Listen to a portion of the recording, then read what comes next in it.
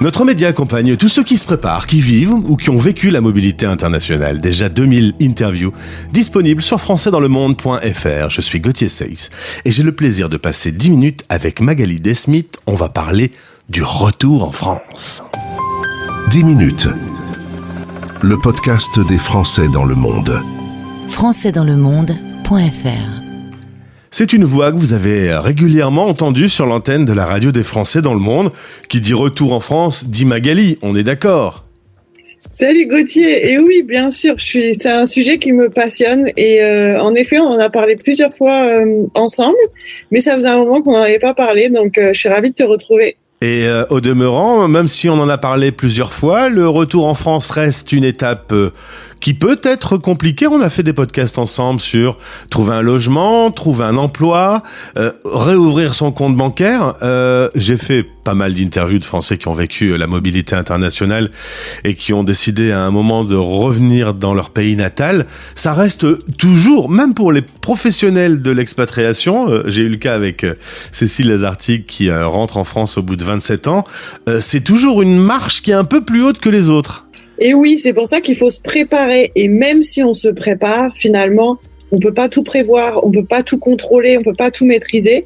Mais si on s'est préparé et qu'on a quand même creusé un petit peu le sujet, on va être en mesure de mieux contourner toutes ces difficultés et ces obstacles qu'on pourrait rencontrer. Mais après, il y a aussi beaucoup de positifs. C'est ça qu'il faut garder en tête. C'est vraiment une nouvelle impulsion qu'on donne.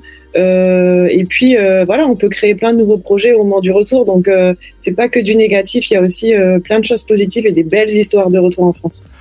Est-ce que dans l'analyse de ce que peut être un retour en France, est-ce qu'on peut isoler deux grands chapitres, toute la partie un peu logistique où il faut retrouver sa carte vitale et la partie intellectuelle sur laquelle on m'a déjà souvent dit qu'il y a un certain épuisement qui se crée dans les semaines du retour. Tu confirmes ? Oui, alors en fait, il y a tellement de choses à gérer que pendant les premiers mois où on s'installe en France, on est rapidement usé, fatigué, tout simplement parce qu'il y a pas mal de démarches à faire. Donc on sait que le système français, il est pas simple. Donc il y a toute la partie administrative, mais il y a toute la partie émotionnelle aussi, tout ce qui s'explique pas trop. Et des fois, on a des difficultés même à mettre des mots là-dessus.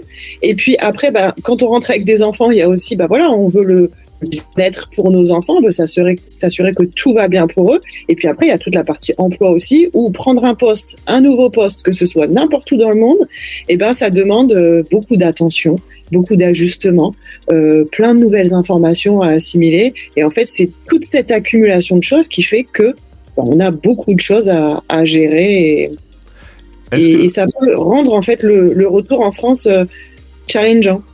Est-ce que tu penses que lorsqu'on part quelques années de notre vieille France, quand on la retrouve pas tout à fait pareil? Est-ce que nous, on change quand on est sur le territoire? Est-ce que la culture, le rapport aux autres, j'ai tendance quand même un tout petit peu à faire une auto-analyse de notre quotidien, le respect est peut-être un peu moins présent dans nos valeurs.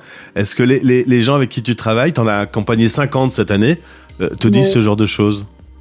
Alors oui, c'est sûr, nous, on rentre en étant différents, mais la France a aussi changé.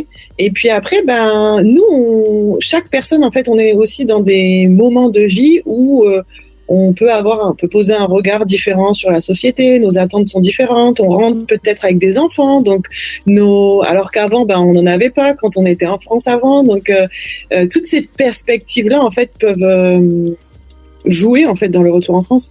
Magali, tu as monté ta structure, c'est Voyage, Emploi, Retour en France. Pourquoi tu as voulu monter cette société? Pourquoi tu fais cet accompagnement? Tout simplement parce que moi-même, je suis rentrée 3 fois, que ça a été pas évident pour moi et que j'ai à cœur en fait d'accompagner toutes ces personnes qui rentrent, tout simplement parce qu'en fait, on prépare très souvent notre départ et le retour, on se dit on rentre à la maison, donc il y a pas besoin de préparer. Sauf que comme on vient de le mentionner, en fait, nous on rentre en étant différents, la France évolue et puis quand on est parti très longtemps, enfin en tout cas quelques années, on sort un petit peu du système français. Il va falloir vraiment se réadapter et remettre en place en fait toute cette machine en France. Et c'est là où on s'y attend pas toujours et c'est là où ça peut être difficile parfois si on n'est pas préparé. Et c'est là où on va chercher sa carte vitale et où l'administration française te dit ah non, c'est pas possible, vous êtes mort. Malheureusement, c'est un peu ça. Bah ouais, moi, j'ai des gens qui m'ont dit, voilà, genre, eux, ils m'ont déclaré mort. Voilà. En fait, j'étais en face du fonctionnaire en disant, je suis bien vivant, vous savez. Mais il y a des petites situations un peu absurdes. Il faut un compte bancaire, mais pour avoir un compte bancaire, il faut un logement. Pour avoir un logement, il faut faire un chèque de caution. Mais pour faire un chèque, il faut avoir une banque. Ça reste encore comme ça aujourd'hui? Ouais, oui, c'est le cas, malheureusement. Mais moi, ce que je dis souvent, ce qui va vraiment faciliter l'installation, c'est l'emploi. Une fois qu'on va décrocher un contrat de travail en France, ou en tout cas quand on rentre avec une promesse d'embauche, c'est vraiment ça qui va pouvoir permettre après de se loger beaucoup plus facilement, de rassurer les propriétaires. Et après, une fois qu'on a une adresse, on sait qu'on va pouvoir inscrire les enfants à l'école, etc., avoir ce justificatif de domicile pour faire toutes nos démarches administratives. Donc l'emploi, pour moi, c'est vraiment la clé d'une installation, d'un retour en France réussi. Et donc cet emploi, c'est possible, on le fait avec plein de personnes que j'accompagne, on essaye de le décrocher avant d'arriver. En amont, ouais. Parce que voilà, le point commun avec toutes les personnes que tu accompagnes, c'est que tu essayes de les prendre par la main alors qu'ils sont encore en expatriation. Il faut y penser en amont. C'est ça, donc moi ce que je recommande, c'est de se préparer entre 12 mois et 6 mois à l'avance, de manière à bien faire mûrir son projet et bien avoir le temps en fait d'anticiper, de réfléchir un petit peu à toutes les options. Et puis surtout, derrière ça, c'est choisir la bonne stratégie d'arrivée en France qui est cohérente pour soi et pour son foyer. Parce que en fonction de notre foyer, de nos impératifs, de nos envies et de nos besoins, il y a vraiment une stratégie qui peut être plus cohérente qu'une autre. Donc c'est bien d'en discuter aussi avec un professionnel qui va avoir ce regard neutre et extérieur et qui va pouvoir conseiller sur des points auxquels vous auriez pas pensé en fait. Et nos 110 000 auditeurs quotidiens entendent un message en ce moment concernant le livret gratuit que tu as écrit. C'est une nouvelle édition et qui est disponible sur ton site. Tu t'es dit qu'il fallait un petit guide pour pouvoir un peu s'organiser. L'idée de ce guide, c'est de donner les grands chapitres pour justement éviter de louper des étapes. C'est ça. Alors en fait, il y a une première partie dans le livret qui va donner des conseils sur la préparation du retour, avec une partie avant, pendant et après, de manière à se familiariser avec les différents sujets. Et puis après, on a 2 roadmaps. Donc une roadmap pour vous guider dans votre passage à l'action pour le retour en France et une roadmap plutôt pour la partie recherche d'emploi. Et puis ensuite, on a une partie, les outils en fait, la boîte à outils du retour en France, où là, on a pas mal de ressources qui sont disponibles pour vous. Donc on a un blog avec pas mal d'articles pour vous aider. On a aussi un quiz pour toutes les personnes qui sont dans le questionnement de rentrée et puis qui ont des difficultés à clarifier cette envie et à prendre cette décision. Et puis, on a surtout un podcast qui est né en janvier 2024 et qui s'appelle Revenir en France, le podcast, avec des témoignages de retour en France. Et donc, ça vous permet en fait tout simplement de voir que c'est possible, de voir que c'est pas toujours facile, mais qu'on y arrive. Et puis, de vous inspirer tout simplement des histoires des autres, parce que je trouve que c'est important aussi de s'entraider. Et puis, de s'inspirer des parcours de ceux qui sont passés par là, tout simplement. Alors Magali, on a quelques points communs. On est tous les deux des Hauts-de-France. Toi, tu es d'origine picarde. On est tous les deux podcasteurs aussi. Et justement, en préparant cette interview il y a quelques instants, tu parlais de l'incroyable richesse de rencontres que tu fais grâce à ce podcast. Tu es l'interview 2227. Donc, je sais que des rencontres de Français qui vivent cette aventure de la mobilité internationale, ça crée des super Français, en fait. Ouais, toutes les rencontres que je fais, soit dans les accompagnements, soit dans les podcasts, c'est vraiment très enrichissant. C'est passionnant de découvrir les parcours de chacun, de voir comment chaque personne arrive à concrétiser son projet de départ et de retour. Hein. Et puis chaque histoire est unique et voilà, c'est vraiment inspirant pour moi de pouvoir côtoyer toutes ces personnes et puis aider toutes ces personnes qui me sollicitent aussi. Et on utilise le même mot, podcast inspirant, j'utilise ce terme aussi, ou les belles histoires, parce que on a, je pense, quand on écoute un podcast d'un Français expatrié, je pense qu'il y a plein de moments où on dit « Ah ben, moi c'est pareil » ou « Moi c'est l'inverse », mais il y a l'envie de découvrir un peu ces parcours inédits.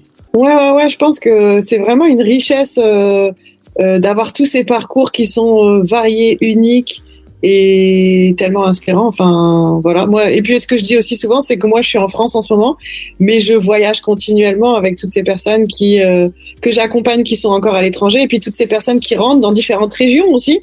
Donc, il y a certaines personnes qui prennent quelques minutes dans les épisodes de podcast pour nous dire comment ça se passe sur leur territoire, là, en France, où ils se sont installés. Je trouve que c'est riche aussi de voir que chaque région en France a vraiment ses spécialités, un territoire vraiment aussi riche culturellement, et puis voilà, notre France est très belle aussi. Un mot d'ailleurs, depuis la dernière fois qu'on a échangé, tu as vécu 2 mois en Australie et un peu en Espagne aussi. La dernière fois, je pense que tu étais dans un bar en Espagne, un café connecté pour pouvoir faire l'interview. Là, tu as décidé de reposer tes bagages à Paris. Quelque chose me dit que tu as une envie d'être réellement parisienne maintenant. Alors, j'ai vécu à Paris il y a très longtemps, et en fait, j'avais ce besoin et cette envie de redécouvrir Paris. Et donc, je me suis réinstallée en effet à Paris il y a quelques mois. Et voilà, après avoir fait des allers-retours, voyagé beaucoup, vécu aux États-Unis et en Australie, je ressens aujourd'hui le besoin et l'envie de m'installer quelque part. Et ces derniers mois, j'ai vraiment pris le temps de redécouvrir la France, et j'apprécie beaucoup être ici et comme je le disais, découvrir chaque territoire, nos régions, nos spécialités, et je suis très contente d'être là, ouais. En tout cas, si tu as besoin d'un expert du retour en France, je te conseille Magali Desmith qui pourra t'aider pour te réinstaller dans ton pays natal. Oui, avec plaisir. N'hésitez pas à me solliciter, et surtout à télécharger le livret qui est gratuit, qui vous permettra de démarrer en fait vos premières démarches liées à votre retour en France. Et le lien est dans ce podcast. Merci Magali. Bon JO, tu vas peut-être fuir un peu en Picardie pendant cette période. Bah oui, mais je vais venir te retrouver pas très loin de Lille, puisque j'ai quelques tickets pour les épreuves de basket, les matchs de basket. Eh ben, j'irai aussi voir le basket féminin au stade Pierre-Mauroy qui accueille. Voilà. On se verra peut-être, on ira boire une petite bière. Voilà, peut-être. À bientôt. Ciao.